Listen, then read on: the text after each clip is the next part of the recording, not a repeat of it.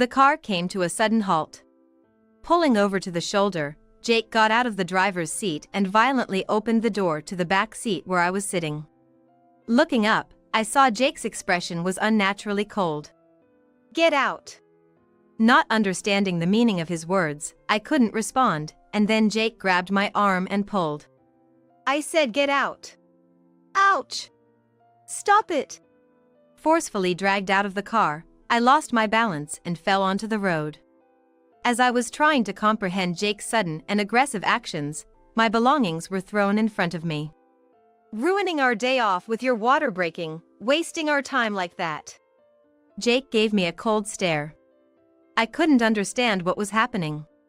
As I endured the pain, clutching my stomach, Emily, who had come down from the passenger seat, whispered in my ear, "This is your punishment for stealing Dad from me." Stunned by her harsh words, I looked at Emily's face. "We're going on a trip, just the two of us. I couldn't care less about what happens to you." Emily smirked, called out "Let's go" to Jake, and went back to the car. Without saying a word, Jake glanced at me, got back in the driver's seat, and they drove away, leaving me behind. My name is Kate. I'm a housewife, currently 8 months pregnant. I married Jake a year and a half ago. Jake is divorced, and he has custody of his child from his previous marriage, Emily. Emily, a middle school student at the time, was going through a sensitive phase and only talked to me when absolutely necessary. She seemed to get along well with Jake, openly showing affection to him, which he happily reciprocated. Being an only child, I wasn't sure how to communicate with younger people and didn't know the appropriate distance to keep from Emily, but I thought we could slowly close the gap over time. After all, we had plenty of time. Or so I thought. Our relationship changed dramatically when I found out I was pregnant. A visit to the hospital confirmed that I was 3 months pregnant. Overjoyed to be expecting, I was ecstatic. I decided to share the news with Jake and Emily at dinner that night. "Jake, Emily, I'm pregnant." Jake's face lit up. "You're pregnant?" "That's great," he exclaimed, sounding truly happy. "Yes, I'm so happy to be expecting our child." Turning to Emily, I saw that she was staring at me. It wasn't her usual indifferent expression. She seemed to be frowning slightly and gritting her teeth. I immediately regretted my thoughtless words. I had intended to treat Emily like my own child. That's why, no matter how distant she was, I tried to interact with her as usual. But from Emily's perspective, my pregnancy might have made her feel left out of the family. And my words about expecting our child could have made her feel even more excluded. "Emily, you're going to have a little brother or sister. You'll take good care of them, won't you?" Trying not to let my panic show, I spoke to Emily. Whether she understood or not, she simply said okay, and went to her room. "I'm sorry, I said something insensitive to Emily." It might have been a delicate topic, but Emily will understand it eventually. That day, Emily didn't come out of her room. The next day, Emily came into the living room a bit later than usual. There was a slightly awkward atmosphere. I greeted Emily as usual. "Good morning, Emily. Breakfast is ready." Emily glanced at the breakfast on the table in silence. She took her seat, and as soon as she took a bite, she uttered words of surprise. "This is terrible." "Huh?" "I said it's terrible. I've always thought that, but you're not good at cooking, right? Being forced to eat this every day is nothing but painful." Emily said so and left her seat. "Oh, the lunchbox. Did you hear what I just said? I don't need the lunchbox. Give me some money instead." I simply stared at Emily's outstretched hand. If I were her real parent, what would be the right thing to do in this situation? I took a $5 from my wallet and placed it on her hand. "Just $5? Well, whatever." She muttered softly and left the house. That evening, I was debating whether to tell Jake about this morning's events. Jake leaves for work earlier than Emily, so he doesn't know what happened this morning. Emily didn't come out of her room. I didn't want to eat the meal I made for myself, so I put hot water in a cup ramen noodle container and took it to my room. I planned to have it for dinner today. After returning home, Jake was puzzled by Emily's absence in the living room. What happened to Emily? Jake looked around nervously. I was still hesitating. If Jake told Emily what he had heard from me, Emily might think I had tattled on her. If that happened, our relationship could deteriorate even further. I couldn't even determine what was the right thing to do. She's not feeling well today, so she's going to rest early. I decided to lie. Sure enough, Jake expressed concern about Emily's condition and said he would check on her in her room. Since she should be sleeping by now, I prepared dinner. I sat at the seat opposite to Jake, slowly rubbing my stomach, thinking about what I should do next. The next morning, when Emily woke up, Jake was about to leave for work at the front door.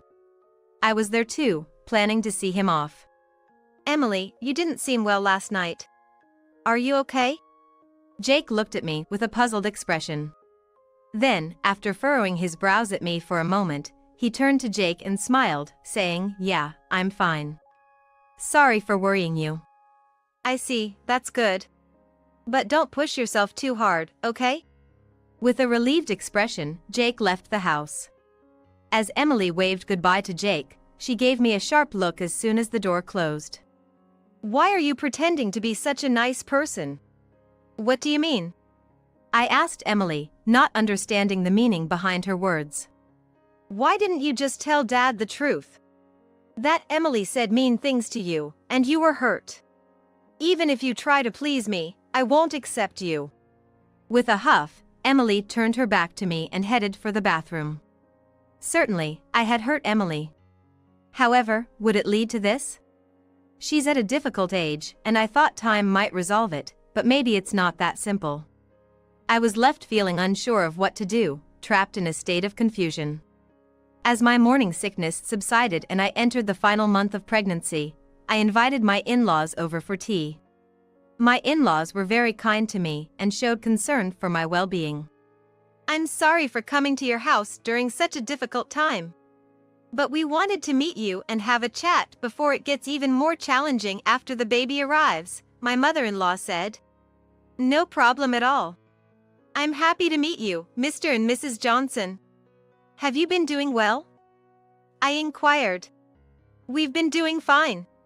If you ever run into any troubles, don't hesitate to ask for our help, my father-in-law added. Despite the kind words, Emily's attitude towards me remained unchanged. During the times when Jake wasn't around, she continued to berate me with stronger words than before. You never seem to improve your cooking skills. What kind of nerve do you have to feed your family this garbage? Don't wander around with your big body in front of me. You're an eyesore. You're not even part of this family. Don't stick your nose into what I'm doing. I was subjected to such words every day, and gradually, it felt like my heart was losing its sensation. I no longer felt hurt as I did initially. It seemed that Jake, although he didn't confront me directly, sensed that our relationship wasn't going well, and he focused on keeping Emily in a good mood. One day, when Jake came home drunk and told me, "You're to blame for upsetting Emily," I realized that I couldn't rely on him anymore. If I could endure it alone, I decided to continue doing so. However, if something happened that targeted the child I was about to give birth to, that was my only concern at the moment. Kate, are you okay? My mother-in-law called out to me, and I suddenly snapped back to reality. When I looked up, I saw the worried faces of my in-laws looking at me. I'm sorry, I'm fine. My stomach feels heavy, and I couldn't sleep well last night. If you ever face any difficulties, don't hesitate to ask for our help. We're really grateful to you, Kay, for marrying our son, who is divorced and has a child. Jake's divorce was due to his mounting debts. He had borrowed money repeatedly to satisfy Emily's demands, and his ex-wife couldn't bear it anymore, so she initiated the divorce. Jake's salary alone wasn't enough to repay the debt, and I heard that my in-laws had stepped in to help. They were still paying off the debt in installments, but my in-laws were delighted that Jake remarried me. They also expressed their worry and promised to support us if anything happened. Having such kind in-laws, I felt happy. I smiled, thinking that I shouldn't make them worry any further. About a week before the expected due date. It was a Saturday. Jake and Emily were both relaxing at home. They sat side by side on the couch, seeming to get along, but I didn't have a place in their conversation. I sat at the dining table a little away, sipping on caffeine-free tea, absent-mindedly watching their interaction. Then, I felt an uncomfortable sensation in my abdomen. I paled in an instant. Could it be labor?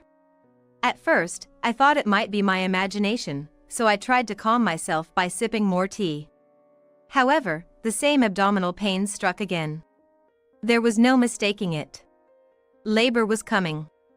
I realized it with certainty and decided to inform Jake and Emily, intending to endure the pain.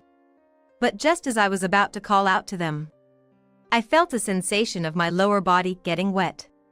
My water broke. Panic overcame me. Jake, Emily. I think my water broke, I weakly uttered. Jake immediately said. With their faces turned toward me, my two companions reacted. I'll get the car ready, and Emily said. I've prepared the bags. I'll take them to the car. While I changed my clothes, the two of them swiftly prepared everything. I got into the car with Jake driving, me in the back seat, and Emily in the front passenger seat. Looking back now, I should have noticed something was off right here. It was unnatural for them to be so considerate of me, even carrying my luggage, given their attitudes up to this point. But at that moment, I was so shaken up by the initial contractions and my water breaking that I didn't feel any sense of discomfort. The OB/GYN clinic I usually go to is about a 15-minute drive away. It's a well-known hospital around these parts, so Jake knew where it was. I was trying to calm myself down while enduring the pain and looking down. But even after about 15 minutes, the car showed no signs of stopping. Feeling something was wrong, I looked out the window and saw an unfamiliar landscape. It seemed like we were going up a mountain road, with fewer and fewer houses around. There wasn't supposed to be a place like this on the way to the hospital. Hey, Jake, where are we? This doesn't seem like the way to the hospital. Jake didn't respond. Emily stayed silent too. Jake? Emily? The car didn't seem like it was going to stop. The contractions were getting worse. Both of you, please listen. The pain is getting stronger. We need to get to the hospital quickly, or the baby. The car suddenly came to a screeching halt. Jake parked the car on the shoulder, got out of the driver's seat, and roughly opened the door to the back seat where I was sitting. Looking up, Jake's expression seemed unusually cold. Get out. Not understanding what he meant, I couldn't respond. Then Jake grabbed my arm and pulled. I said get out. Ow! Stop it! He forcefully dragged me out of the car, and I lost my balance and fell onto the road. Before I could comprehend Jake's sudden aggressive behavior, my luggage was thrown in front of me. Ruining our day off with your water breaking, wasting our time like that. Jake looked at me with a cold gaze. I couldn't understand what was happening. Jake, why are you doing this? Please, take me to the hospital. Don't you care what happens to our baby? That baby isn't mine. Why should I care? Jake's words echoed in my head. Did he just say it's not his child? What is he talking about? Emily told me. You've been cheating, haven't you? I looked at Emily. She was smirking maliciously and glanced at me from the corner of her eye. The baby you're carrying is from your lover, isn't it? You couldn't possibly love it, even if it's born. I have no obligation to help. Wait, this child is truly yours. I didn't cheat.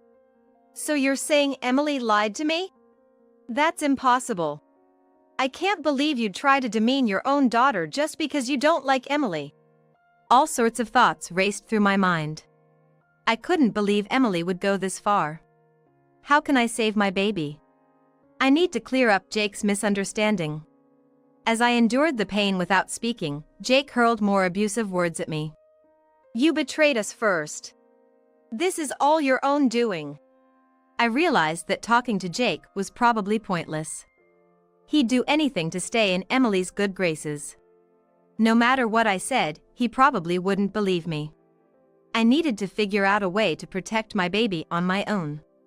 As I held my belly and endured the agony, Emily, who had gotten out of the car, spoke into my ear. This is your punishment for stealing Dad from me. Her words were like a final blow. I looked at Emily's face. We're going on a trip, just the two of us. I couldn't care less what happens to you. Emily flashed a sly smile, called out to Jake, hurry up, let's go, and went back to the car. Without saying a word, Jake shot me a quick glance and climbed into the driver's seat. Leaving me behind, the two of them drove away in the car. Luckily, my cell phone was inside the bag that was thrown out. I tried to call for an ambulance, but I was out of the service area and couldn't get through. Thinking that I had to somehow make it down the mountain, I staggered to my feet and started to walk down the slope, one step at a time. Along the way, a local happened to pass by and offered to give me a ride down the mountain. Grateful for my good fortune, once I got to a place with cell service, I called someone. I couldn't forgive the two of them for abandoning me and putting my baby in danger. Enduring the labor pains, I swore in my heart that I would get my revenge. 2 hours later. Thanks to a kind person, I was at a nearby hospital, getting ready to give birth. It seemed like it would be a while before the birth, so I lay in bed, trying to find a comfortable position. Then, my cell phone vibrated. Emily's name was displayed on the screen. When I answered the call, Emily shouted in a piercing voice. What the hell did you do? Who are you? What? What are you joking about? I'm your daughter, Emily. I don't have a daughter. Stop joking around. Because of you, I might not be able to go to high school. I couldn't help but smile when I realized that they were already on the move. What do you mean by that? Explain yourself. From the way you're acting, did you get a call from Grandma or Grandpa? Yeah. They told me they won't be helping those people who treat our family badly anymore. What does help even mean? Why can't I go to high school because of this? It seemed like Jake hadn't told Emily anything. Maybe his generosity was just a front, wanting to show off. Do you know what caused Jake's divorce? Mom's affair, right? That's why I chose to live with Dad. He's lying about that. The real reason for the divorce was Jake's debts. Emily fell silent on the other end of the line. Was she that shocked to find out her father had lied to her? What? Dad lied to me? That's right.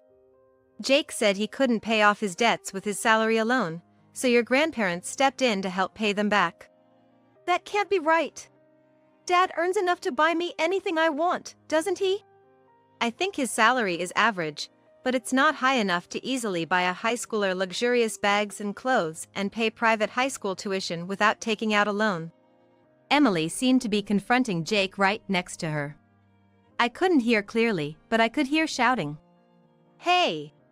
What the hell is this all about? Now Jake was on the phone. Clearly furious. What do you mean, what's this all about? I just told the truth. There's no need to tell Emily things I haven't told her myself, creating stories that aren't true. I only told her because she wanted to know the situation. Isn't it your fault for keeping it a secret? You. Getting all high and mighty on me. Maybe it was because we weren't face to face, or perhaps my feelings had cooled down. But I wasn't scared even though Jake was yelling. I even felt pity for him, being able to do nothing but shout. Kate, could you please hand me the phone? My father-in-law took the phone from me and started talking to Jake. I called my in-laws from the mountain road, informing them that I was heading to the nearby hospital. They said they would come right away, rushing over to check on me. Jake, is that you? What? Dad? I've heard everything from Kate. Cancel your trip and come straight home, we need to talk. But I can't just. Emily is looking forward to the trip. This is not the time for that. You said you've been repaying the debt we helped you with monthly, but you haven't paid a dime. We need to have a serious talk about that. Okay, I understand. I'll head over as soon as possible. Sighing deeply, my father-in-law handed me back my cell phone. I'm sorry to bother you during such a tough time, Kate. No, I'm really grateful that you came. I've brought the stuff you asked for as well. My mother-in-law handed me a piece of paper, making its contents visible to me. Taking it, I sighed again. Thank you. I'm sorry. We are the ones who should be apologizing. We're sorry for putting you in such a dangerous situation. As my in-laws bowed their heads together, I told them to stop. Right now, I'm just praying for a healthy baby to be born. Since we don't know when those two will come home, we are going to leave. Thank you. I'll contact you once I know if I can transfer to my usual hospital. Thank you, they said, and then my in-laws left. What I need to do now is give birth safely. The intervals between my contractions are getting shorter. I'll be meeting my baby very soon. The delivery was safe, and a healthy baby boy was born. I was relieved from the bottom of my heart when the doctor told me that there were no problems at all. Exhausted, I checked my cell phone the next day and found a rather long email from my mother-in-law. Last night, Jake and Emily visited their parents' house. There, my in-laws explained Jake's reason for the divorce and told Emily that her selfishness also contributed to the increasing debt. Emily, unaware of the debt, blamed and berated Jake. As Jake became disheartened under Emily's scolding, my in-laws pressed further. We can't trust you anymore. Pay back the debt we've been covering for you in one lump sum. But I can't pay it all at once. I don't even have savings. It's your own fault for not paying back a single dime and always taking advantage of us. Please! I'll pay it back monthly, just let me pay in installments. You've only got yourself to blame for not being trustworthy. We've lost all desire to help you after what you did to Kate. Despite their desperate pleas, asserting that they were not to blame, my father-in-law remained unmoved. And then, the document I had entrusted to my mother-in-law dealt the final blow. Kate has entrusted this to me. Fill it out right here, right now. This is a divorce form. Why do you have this? It's what Kate wants. She can't live with you two after you put her and the baby in danger. If Kate can't forgive you, neither can we. Although Jake was reluctant to divorce, he eventually gave in and filled out the form on the spot. I felt sorry for burdening my in-laws with such a difficult task, but I might not have been able to divorce so smoothly on my own. I felt grateful to my cooperative in-laws once again. 1 month after the birth. It happened when I visited my usual OB/GYN clinic for a regular checkup. Jake appeared before me. Kate! I've finally found you! Looking slightly haggard, I responded to Jake with a calm demeanor. What do you want? The divorce has already been finalized. What do you want now? Don't be so cold. Is that my child? As Jake tried to approach the child, I stepped back. You were the one who said it wasn't your child. Stay away. What do you want anyway? Jake stood up straight on the spot, seemingly shocked by my words, but then he started to apologize loudly. Please, give us another chance. What are you talking about now? I can't live with someone who wouldn't help me when things got tough. Getting back together is out of the question. I guess you're right. So, could you at least lend me some money? I was dumbfounded by his words, true to his nature until the very end. I knew my in-laws had told him to repay the debt they had been covering, but his lack of planning was astonishing. I can't lend money to someone who spends without thinking ahead. I need money to raise this child. It's impossible. Please! Think of it as helping me and Emily. Jake kept apologizing, completely unabashed by the bystanders. That's when my in-laws, who had accompanied me to the appointment, stepped in. What are you doing, ambushing her like this? Dad! Why are you here? That's our line. We told you to stay away from Kate and our house. Did we not? But I can't make ends meet, and I thought Kate could help. Stop making excuses. If you come near Kate again, we will call the police. And then, you and Emily will be disowned. Without giving Jake a chance to respond, my in-laws turned him away. Realizing he had no other options, Jake silently stood up and left. I watched him leave with a bitter feeling in my heart. Even after the divorce, I kept in touch with my in-laws. We would contact each other regularly, and they seemed happy to see their grandchild's face. According to them, Jake and Emily were having a tough time. In the end, Jake couldn't pay off the debt in a lump sum and decided to repay it in installments. Since we've talked about cutting ties, if there's even a single late repayment, he'll surely be desperate to pay back from now on. Emily had to drop out of high school because Jake's income alone wasn't enough to cover both the debt repayment and tuition fees.